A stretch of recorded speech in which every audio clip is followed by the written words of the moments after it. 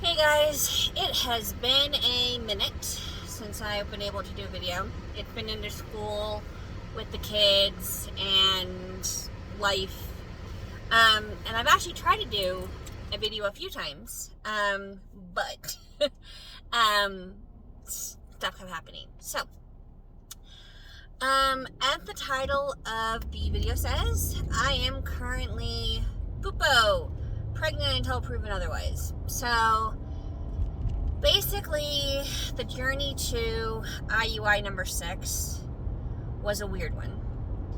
So, last off was the fact that IVF got canceled because my body was not responding to the medication and I was not growing the follicles like I needed to. So, because of this, we couldn't do IVF, which really was a bummer, because as much as I would love to be able to get pregnant instead with IUIs, the benefit of an IVF is at least we're going to do genetic testing. So we can at least know that the follicles that we are implanting are actually good, healthy follicles. So that didn't happen. And so I stopped all the medications and we just kind of waited for my cycle. Well, my cycle actually didn't come. And so I have a pretty regular cycle.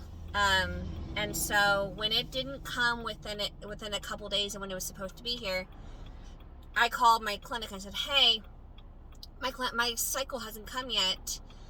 You know, is there any medications we need to do to kind of kickstart it, or what do we need to do? And they said, well, there's nothing we can do right now, but once you get to 35 days post your day 1, so cycle day 35, if you still have not started, I actually took about 2 milliliters of progesterone, and I injected that to kind of kickstart it.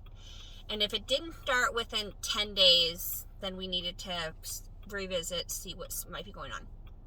Luckily, day 6, it started. So I had my cycle and called them in cycle day 1. And they're like, okay, great, come on in on cycle day 11. Now, the nurse that told me this is not my normal nurse. She's new to the clinic. She's not familiar with my file. She's not familiar with my body. She's not familiar with me. And so I was like, no, let's do cycle day 10. Because I tend to ovulate sooner rather than later. So let's come cycle day 10, let's monitor it, and let's see what's going on. And so I go to cycle day 10. And cycle day 10, my ultrasoundist looks at my right side. We see a follicle. It's measuring about 11 or 12, which is normal. I mean, it's pretty normal for that day. And so we have that.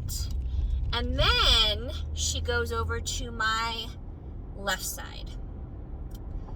And it was unmistakable. There was a big, fat, beautiful follicle. I have for the last 18 months almost, I have had many ultrasounds, and I have gotten very good at spotting follicles and what follicles are, and how big they are compared to what they look like on the screen. And this was a big one. And sure enough, she measured it, and it was already a 21 millimeter follicle. 21 on day 10 by myself, because this was an unmedicated cycle, so I took no medications. And I just started laughing, and my ultrasound started laughing because she's been with me for this whole journey. And so she does know how weird my body is and how odd this all is. And so, yeah, we had a 21, and so I was like, okay. Well, now we had to wait for my doctor to get back to us. and let us know what he wanted to do.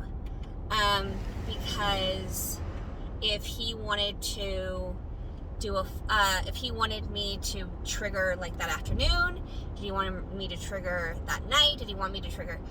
And on top of all this, I actually was on antibiotics because the Friday before, my beautiful little kitty that is a rescue, who is still very human avoidant, decided to bite my hand many times because I was trying to give her medicine, and she still does not like humans. And so she got my hand, and she got my right hand, which is then my dominant hand, really good. And my hand actually was swollen, and more importantly, my finger was very swollen. And so we had to actually be on antibiotics for the infection that she gave me from her bites. So there's nothing wrong with antibiotics during ovulation. Now, pregnancy is different, but ovulation, there's nothing wrong with them. And I was going to be done with my course before implantation. So before the embryo would start growing. So we were good, but it does mess with ovulation, and it does mess with ovulation testing. So I tested, and it actually said low fertility, but my nurse and my doctor were like, discard that. We already know you have a 21.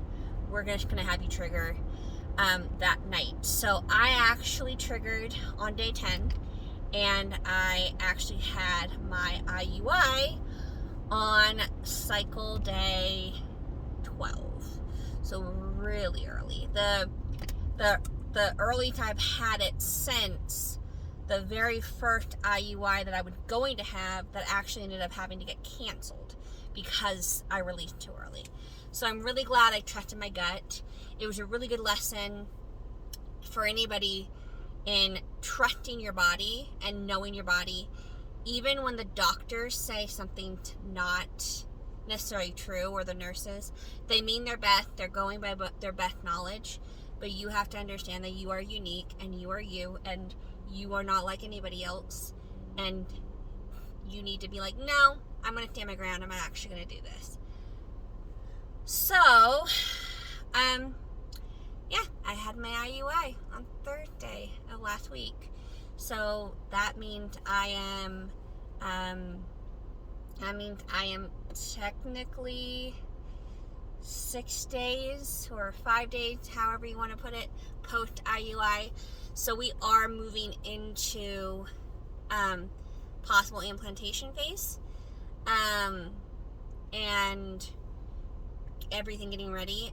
Symptoms so far,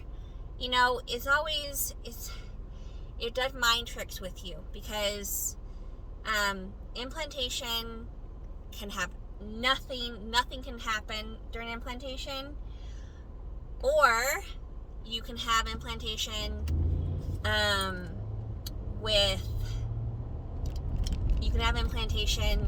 with a little bit of spotting, with no spotting, with cramps, with no cramps, with just cramps and no. I mean, it just discharge.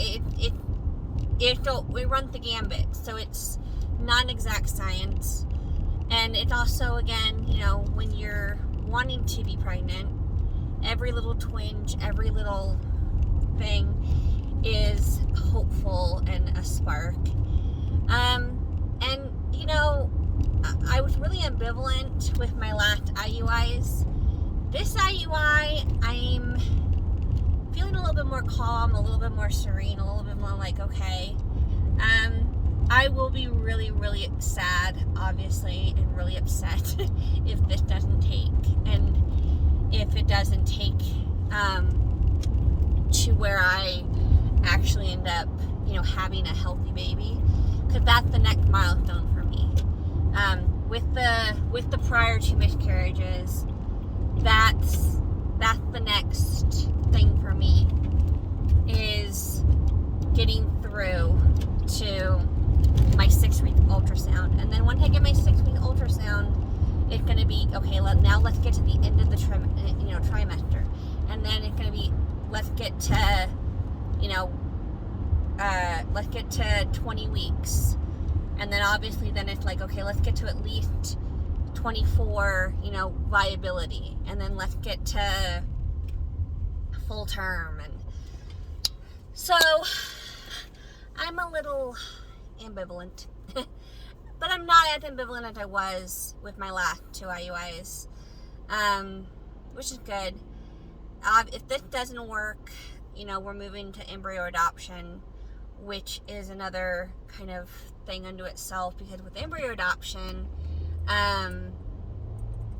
at least right now, I then have to make the decision, do I just want to take an embryo now, or do I want to wait to make sure I get an embryo that's been genetically tested?